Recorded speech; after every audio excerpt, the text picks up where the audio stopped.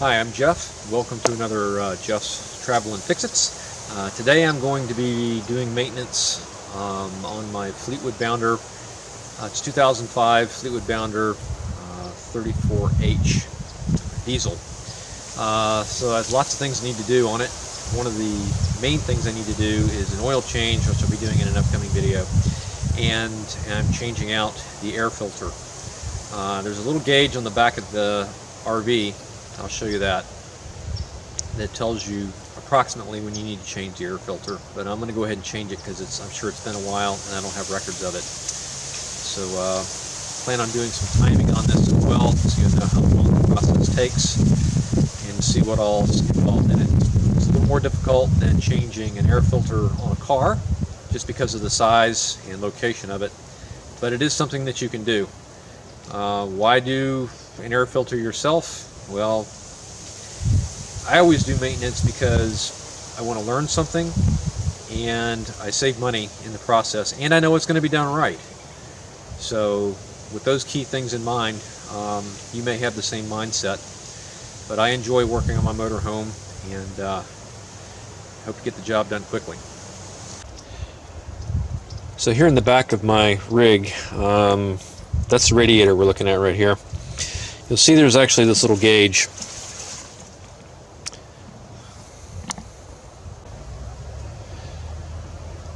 So this little vacuum gauge actually shows how well your air filter should be operating.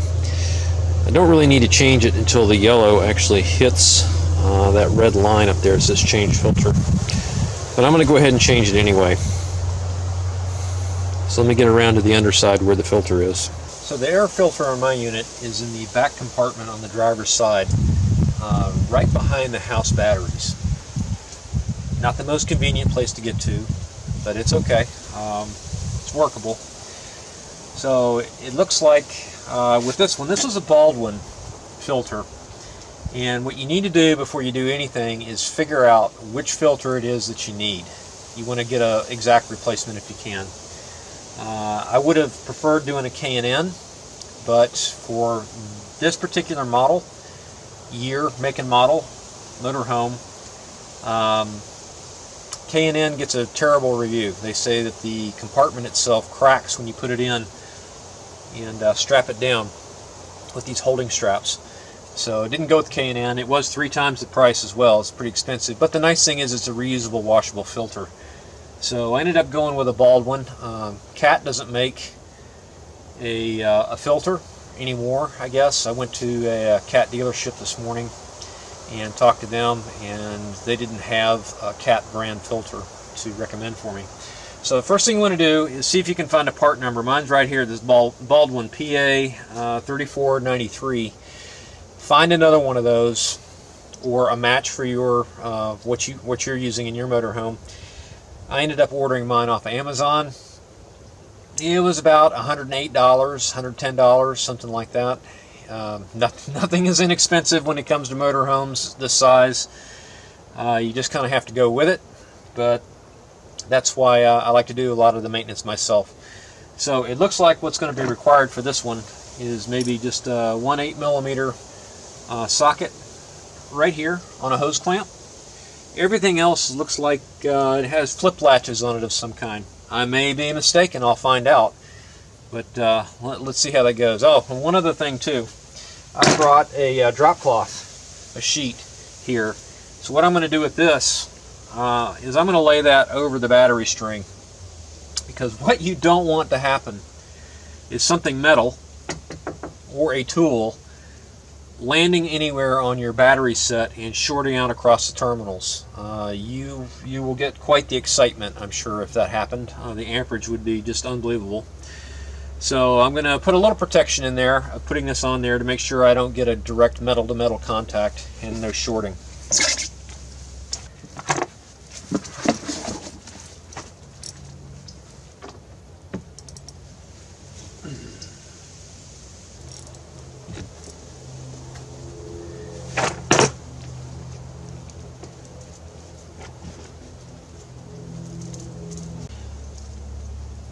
Wow, that's pretty tough. That's not coming off there just yet.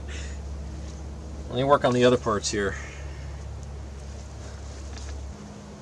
Okay, I wasn't quite right. It looks like I need to back off a nut on one of these flip latches as well. That seems to have it locked in place, and I can't seem to get this hose off here. It's pretty tough.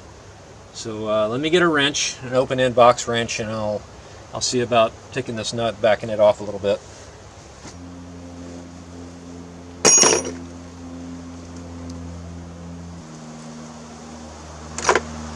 Hey, how about that? It's not a flip latch at all. You just have to loosen it all the way. Okay, so now that I have it loosened just on this one end right here, on this side, I'm going to see if I can release the unit, get it off, so then I could possibly get this other piece off.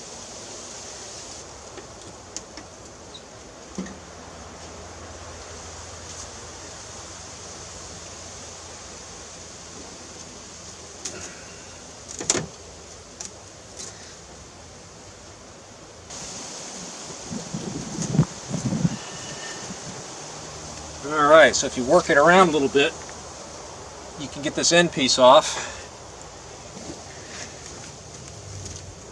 Now to get this last hose off here.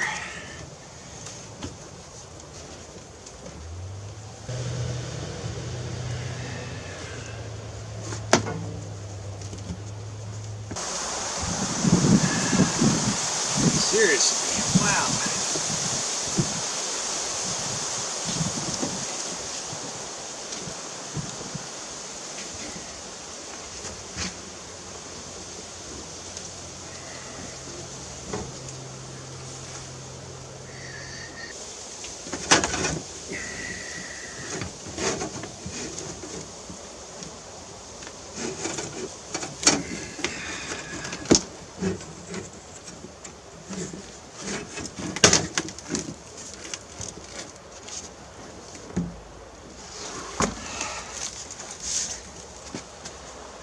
Well,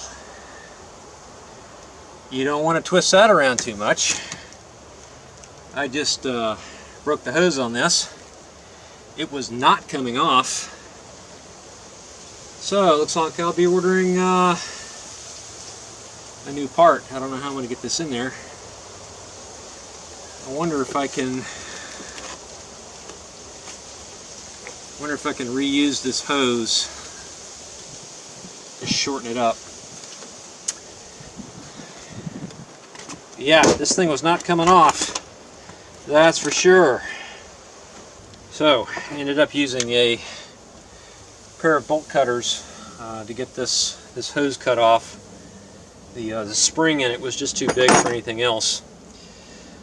So what I'm going to do is, of course, take the clamps off of this guy, and I'm going to see if I can maybe rotate this filter around a different way so I don't have to replace this hose. It's a fabric hose material with a thick metal spring in it,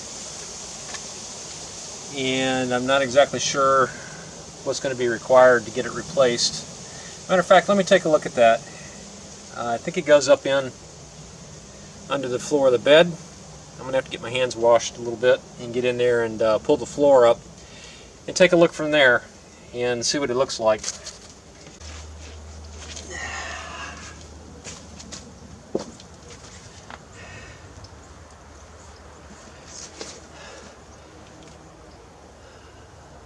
Well, hard decision on this one.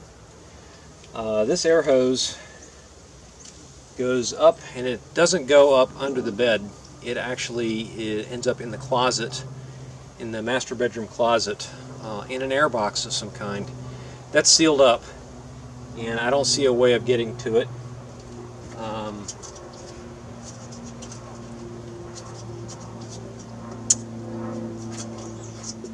I don't feel anything here on the back side where I could possibly take that hose loose. So I'm going to see if I can go with the best of it here and reattach it with a hose clamp on the new filter. So that's going to be the course of action for this one.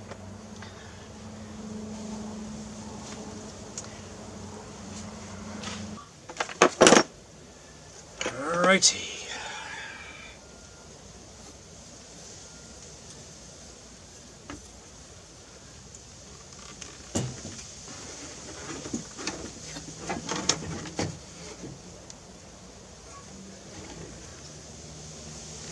Okay. One thing I'm looking at is, even though I tighten up this clamp here on the end, I don't ever want this to come disconnected. So I'm going to try to push this down as far as I can and then clamp it to kind of hold it in place. So vibration wise this never comes off down here. Or less likely of a chance anyway. Okay, after struggling with this thing for about 20 minutes, I think I'm going to put some soapy water, just a little bit, around the inside of this lip and see if that'll help slip it back together. Because yeah, that's just way too hard. So let me give that a shot.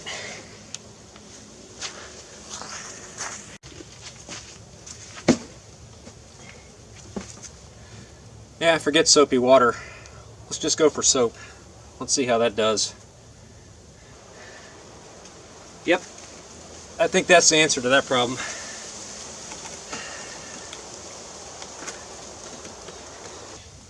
I finally got it all back together.